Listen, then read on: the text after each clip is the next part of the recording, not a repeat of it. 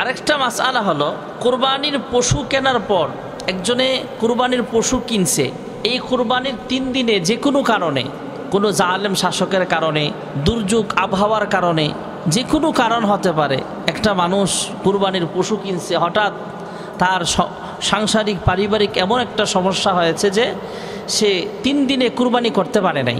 3 দিন পার হওয়ার পরে সে যদি কুরবানির পশু কিনে থাকে তাহলে এই কুরবানির পশুটা জীবন্ত অবস্থায় সদকা করে দিবে। আর যদি কুরবানির পশু কিনে না থাকে কিন্তু তার উপরে কুরবানি ওয়াজিব ছিল, এই 3 দিনে যে কোনো কারণে সে কুরবানি করতেই পারে নাই, তাহলে 3 দিন পার হওয়ার পরে একটা বকরি সদকা করে দিবে।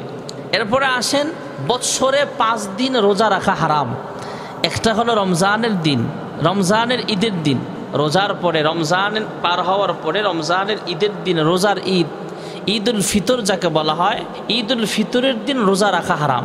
এরপরে কুরবানির ঈদের দিন এবং কুরবানির ঈদের পরের 4 দিন, পরের 3 দিন, তথা রমজানের ঈদ, ঈদুল ফিতরের 1 দিন, আর কুরবানির ঈদ, ঈদুল আজহার 4 দিন, তথা ঈদুল আজহার দিন এবং পরে আরও 3 দিন, এই বৎসরে 5 দিন রোজা রাখা হারাম।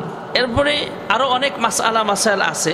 একজন মানুষ গরিব মানুষ, তার উপরে কুরবানি ওয়াজিব না, তারপরেও সে কুরবানির একটা পশু কিনছে, কেনার পরে এই পশুটা হারায় গেল, এরপরে সে আরেকটা পশু কিনছে, তখন মাসআলা হলো সে দ্বিতীয় পশুটা তো কুরবানি দেবে, আবার যদি সেই হারানো পশুটা আবার ফেরত পায় তাহলে প্রথম পশুটা, হারানো পশুটাও দিতে হবে, দ্বিতীয়বার যে কিনছে সেটাও তাকে কুরবানি দেওয়া লাগবে।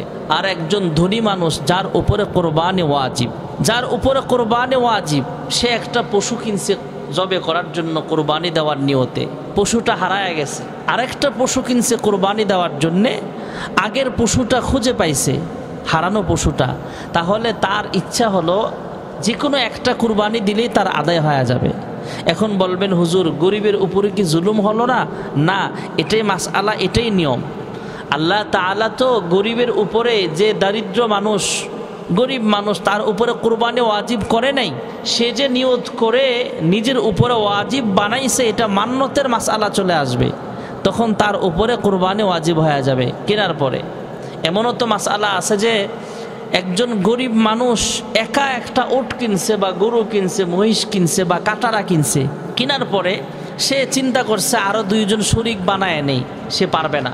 ধনী মানুষ চাইলে গরু ক্রয় করার পরে আরও 2-1 জন সে শরিক বানাতে পারবে।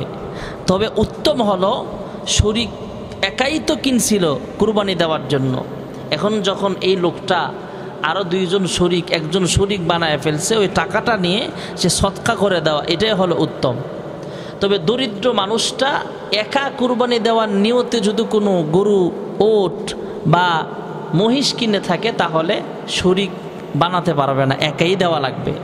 এজন্য আমরা যারা গরিব, যাদের উপরে কুরবানি ওয়াজিব নয়, আমরা খুব সতর্কতার সাথে কুরবানির মাসআলাগুলো বুঝে তারপরে কুরবানি দিব, কারণ আপনার উপরে ওয়াজিব না, যার উপরে ওয়াজিব সে অবশ্যই কিনে দেবে।